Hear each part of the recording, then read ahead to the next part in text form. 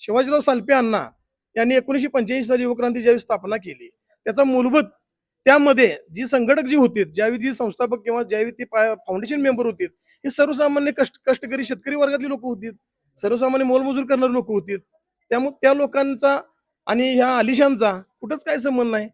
ह्या लोकांनी पूर्वीपासूनच सर्वसामान्य लोकांच्यात आहे ती लोक. शिवाजीराव सालपे असू देत, बबलू सालपे असू देत, यांचा जो वारसा आहे राजकारणाचा, तो प्रवीण सालपे पुढे चालवतील का योग्य हो, पद्धतीने? नक्कीच.